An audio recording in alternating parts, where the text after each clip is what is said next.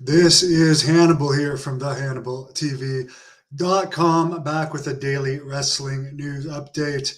Smackdown last night featuring the newly re-signed LA Knight did a 0.47 rating.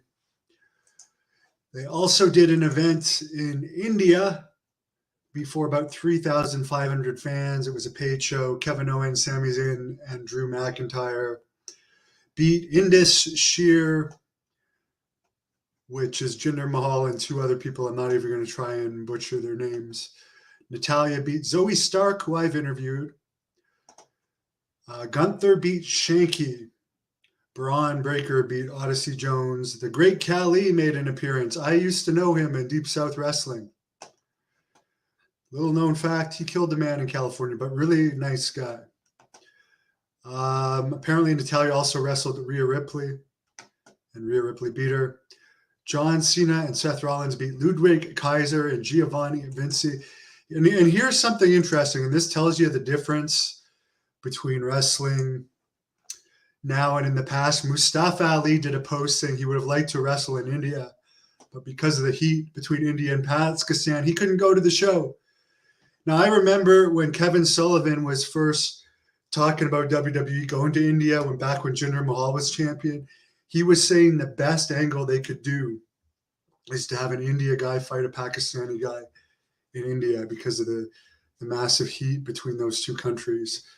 But, in this day and age, they don't want real heat. As Honky Tonk Man said in a recent interview, it's more about being stuntman in a television show now. And you know what? It's making more money than ever.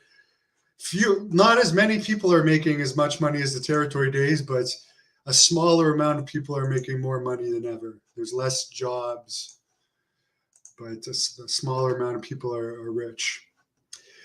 Apparently, Dave Meltzer says if CM Punk goes to the WWE, the amount they will offer him will be less than he'll generate. They're not gonna do a deal where they're like gonna sign him to whatever amount of money.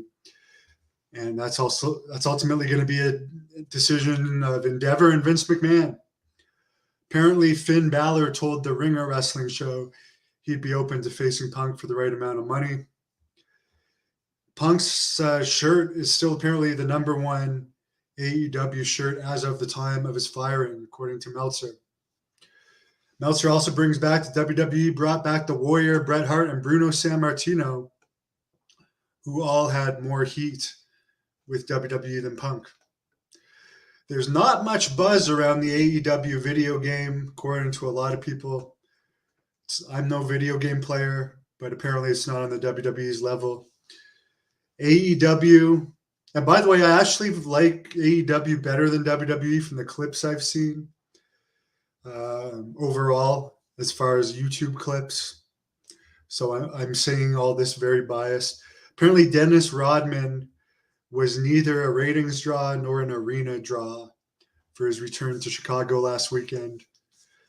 And so they haven't had very good luck with celebrities. Dave Meltzer has brought up recently that Mike Tyson did that angle with Jericho where they all took pictures after the match. Then Tyson bailed. And then he dissed him in an interview with The Undertaker. Kevin Kelly will likely be going to AEW Collision after his New Japan deal finishes. Apparently, Kevin Kelly was a huge dick to Jason Sensation in their Memphis days together. But you know what? That was like 30 years ago now. The guy probably changed.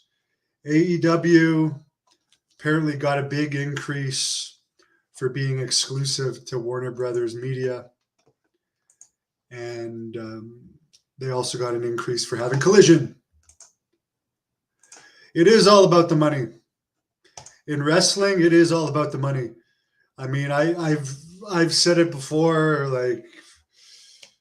As much as I hate Kevin Owens, if they offered me an amount of money to go in and make him look like $1 million, I would do it. I don't care. Wrestling is about the money. And on that note, I hope everyone has a wonderful Saturday night. Thank you for watching the Hannibal TV. Please like this video if you enjoyed it and click the subscribe button to not miss any